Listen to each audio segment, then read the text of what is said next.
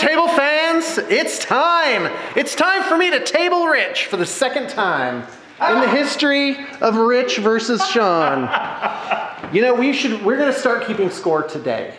Oh, you want to start today? Now, no longer, we're not even having one, that's right, that was all practice. That's right. And we're not even gonna have one fun game from here on out. It's all competitive. Hyper competitive, WAAC, pal. And that lasted 5 minutes. Anyway, I'll be like a third of the way into my first one. I'll be like, oops, friendly game, friendly game. Right? So today I'm playing the hyper competitive list of 7th edition. The list to beat, Tyranids. I thought you were playing orcs for a second. You're so funny. All right, so I am doing an experimental list. And you know, you've got those players who are like, you know, like they're trying different tricks. Like if only they could find the right trick, they could, you know, do it. But the fact is, you just build a solid list, very diverse, you learn to play it well, you pay attention, and then you do well, which is not what I'm doing at all. So here it comes. And I didn't put everything out, but here it is. First off, 2 Hive Tyrants, bam, bam, and this is 2 Force Orgs, by the way. And then I've got 3 Tyrannocytes. By the way, these awesome podlings are available on bluetablestore.com. We've got a special right now, a special of 5 for $100. Guys, they're awesome. They're really beautiful. You can't beat that. No. Yep. Somebody might be like, Sean, you could beat that. I'll be like, shut up. You shut your pretty little mouth. So anyway, so each one of those has 20 termagants in it, and each termagant has a devourer. So it's all lots of devourer shots. Wow. A lot of them. We've got a Trigon Prime. So this is my synapse web right here. That's it. That's all I got. So I have those 3. I have these 3. I have 2 units of 10 termagants. I didn't put them all out because I didn't want to literally space out 80 termagants. So I have 2 units of 2 termagants. That gives me my 2nd Force Org. Do they also have devourers? Yes, they do. Okay. No, they don't. Okay, no, those have flesh spores. Yeah, so you're going to have to kind of use your imagination because, you know, only like a third of my guys actually have devourers modeled on. And then I've got 6 of these, but I'm actually running 12. I'm running these mucilid spore clusters. Awesome. So I'm going to try those. I don't know what that does, but awesome. Right. Well, they're basically like, what are those called? Spore mines. And but they are strength 8 AP3. That's it. There's really no difference. Okay. And so I'm running them, just so you know, I'm running them in units of 2. So I had 2 Force Orgs. So I took 2, 2, 2, 2, 2, 2. And I think they're fast attack. I don't even know what this symbol means. But that's how I'm doing them. But of course, if they're troops, that's weird. Hold on, let me check the Tyranids book and see if it has a consistent symbology here. It does. I don't know what the symbols are. But... No, it doesn't give any symbol in it. Well, how do you tell what force organization slot they take up? Infantry, Spore, 15 points per model. It does. Yeah, it does. It doesn't even say. Oh, it doesn't have it in here. Yeah, it just says that they're infantry. What? I thought the later books had symbols, but... Yeah, like, so what is this? I think this is fast attack there, so... Anyway, guys, that's what I'm doing. Who cares? But if I had troop slots, I'd run them each individually one thing. Oh, no, because I couldn't fit those in with the termagants. All right, fine. We'll just run them like that. But they're in pairs, so that means when they blow up, they'll be strength 9, AP 3. And so, with a large blast. But the problem is they deep strike, and they have to sit there for a turn. So it's like all this other stuff that's like, oh, it's great. Oh, except you have to sit there for a turn. Meanwhile, the orcs are like moving around. So now what's odd is Rich is playing a real horde army with lots of, probably 17 different units. And I've only got 1, 2, 3, 4, 5, 6, 7, 8, and then the mucilid spores. So I don't know. But they're only 15 points each. So not bad. And by the way, these are Games Workshop Forge World meiotic spores. So they're not the official figure, but these are really cool. They're some of my favorite figs. Oh, and by the way, this Tyranid army is much, much larger than what you see here. It's at least 4,000 points. And check the liner notes for a link to the armies that we currently have for sale. All right, I'm going to pass it off to Rich. We're going to do this in one take. All right, Sean, I will take the camera. Yep.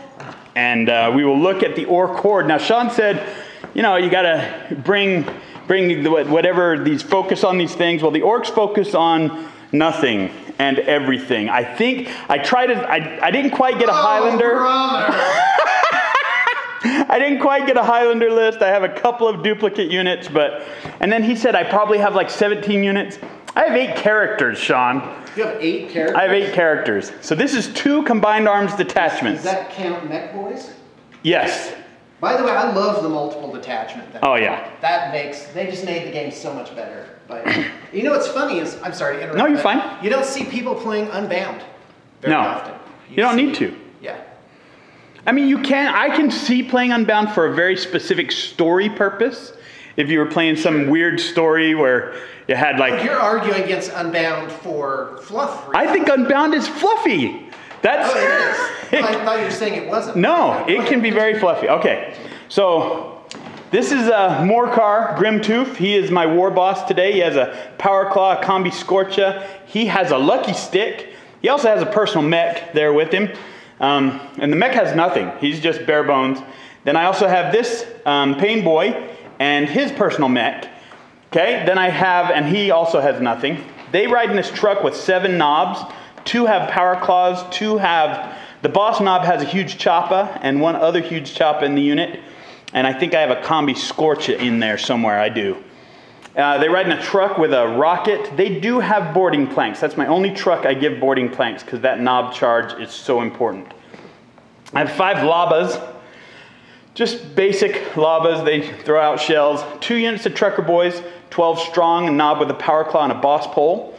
I have 5 Flash Gits, bog standard in a truck with a rocket.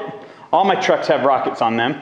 Then my second combined arms detachment is Clangor Stompabout, my big mech here. He rides on this, it's modeled as a jet bike, but it's just a bike. So Clangor is the leader of that combined arms detachment. He has a bike, he has a Combi Scorcha, he has a Power Claw, he has a custom force field, see here in the back, custom force field. He's got all kinds of bits on this bike. So he's given a force field out. He has a personal mech. His mech has a rocket, as does his Pain Boy's mech has a rocket. They usually will start the game in that boys mob in the back of 20 boys, shooter boys. I have a Gorkanaut. The Gorkanaut does have grot riggers and reinforced armor. Inside ride 5 Pain Boys, 3 mechs and 2 Pain Boys actually. I mean, not Pain Boys, sorry, Burner Boys. Then I have 6 rocket, what are they called? Tank Buster Boys that ride in this truck with a rocket. I have 19 Grots and a Runt Herd. And 20 boys. The knob has a huge chop and a boss pole. And there's 2 big shooters in that unit. And I have 1 little unit, 5 Ludas.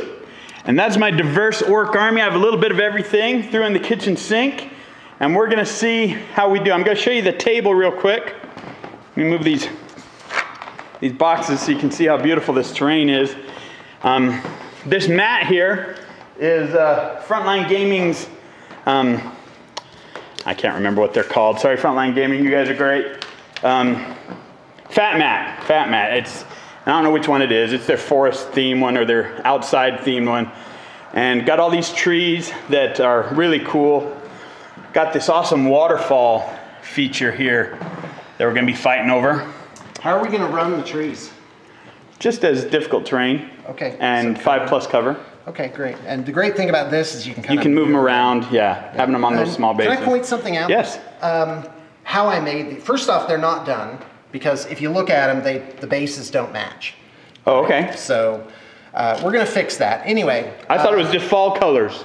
No, well, the rocks don't turn red in the... In Orky world, they do. They do. Is this one take? Yeah. Okay, great. So I wanted to point out, I actually found these by the side of the road. They're called, I think they're called Indian paintbrush. So I don't know if that's the official name, but they're these things, they're just like zillions of them, right? So I picked a bunch of those, and they tend to kind of fall apart. But what I did is I got a gallon of polyurethane, and after mounting them on this hardboard and stuff, in fact, it looks like this. So I just kind of cut these apart, hot glued them on, heat gunned them to give them kind of a natural shape, and then I started sticking the things into them. So anyway, so yeah, I dipped them in polyurethane and then let them dry, and so now they have kind of a, you know, a cohesive structure. It's a great awesome. idea. They're awesome. I really need to finish them and make them into something cool. So, but the thing is, this is all just spray painted on here. Like, you don't have to like hand paint these. You just spray paint on different colors, and it looks really good. It's some quick and dirty trees. Yes. They cost hardly nothing. But what people discount with terrain is the labor cost. Right. Is that, like, if you look at how I guess business mechanics and taxes work in the US, something that requires labor actually tends to be more expensive than just, you know, plain materials. Of course, the labor's in there somewhere, you know, like when you buy plywood, well, somebody had to work at the plywood store. Anyway, blah, blah, blah. Was there anything else, Rich? No, we haven't decided on, do we want to do I want to do the victory points mission. The kill points? Yeah, kill points. We can do kill points. Yeah, absolutely. Sure. Well, and it'll be fair. Here's why. Because I have 1, 2, 3, 4, 5, 6, 7, 8, 9, plus 6 is 15, 16, 17 victory points in my army. And I think you have about the same. I'd probably have a few more, but yeah, we'll be fine. So the mucilid spores. Won't matter.